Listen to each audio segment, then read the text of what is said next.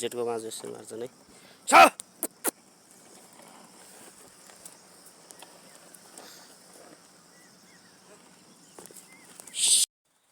Hello guys, welcome back to blog. आजको ब्लगमा चाहिँ तपाईँहरूलाई स्वागत छ साथीभाइहरू। गुड मर्निङ छ। आज चाहिँ बिहानबाट मैले ब्लग सुरु गरेँ। आज चाहिँ टक्क तलतिर अब यो जेठ महिना होइन, जेठ महिनामा चाहिँ टक्क काम गर्नुपर्ने हुन्छ। म चाहिँ टक्क लाएर तलतिर गोरु जोत्नु पर्छ होइन। गोरु जोत्न चाहिँ जाँदैछु है। गोरु चाहिँ मेरो यही हो। यो चाहिँ मालिङको बाटो, टक्क तल बेसीतिर गोरु जोत्न जाँदैछु। एकदम हिमाल पनि एकदम फ्रेस देखिरहेको छ आज। एकदम मलाई सपोर्ट गरिदिनु होला है गाइज। एकदम राम्रो। आज चाहिँ घाम एकदम दामी लागिरहेको छ। मेरो ब्लग चाहिँ हेरेर मन पराइदिनु होला है गाइज। कमेन्ट पनि गर्नु।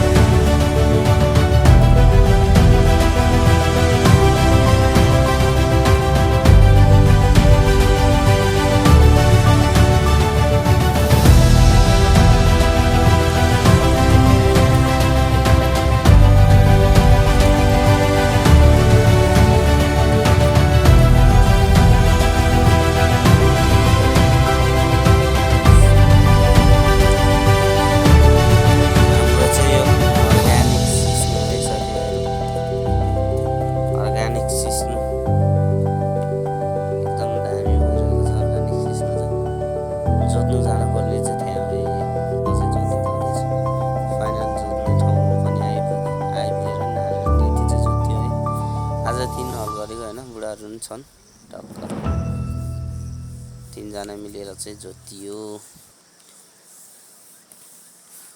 जोत्न चाहिँ जोतियो। बाँझो चाहिँ यसरी जोतिन्छ है गाइस, हेर्नु होला। बाँझो चाहिँ यसरी जोतिन्छ। यसरी है साथीहरु बाँझो मार्ने चाहिँ। आमामा गर्मीले पसिनाले एकदम घाम खटाउन गाह्रो भइरहेको छ। के गर्ने हैन, गाउँमा यस्तै हो, गर्नुपर्ने हुन्छ काम। काम चाहिँ गर्नुपर्ने हुन्छ गाउँतिर। अब के गर्ने यस्तै छ हैन। फाइनली हामीले चाहिँ यति जोतेर 11-12 बजेतिर चाहिँ हामीले गोरु फुगाइदिसकेको छौँ हैन। धेरै पनि जोत्न सकिन्न, गोरुलाई पनि गाह्रो हुन्छ, मान्छेलाई पनि गाह्रो हुन्छ। हेर्नुस् है, एकदम यति चाहिँ जोत्यो।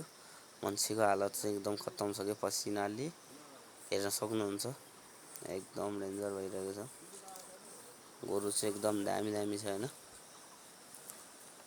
बुढाहरू त खाना लागिरहेको छन्। अब म पनि खाना खान्छु। बाई गाइज नेक्स्ट भिडियो भेटौँला बाई।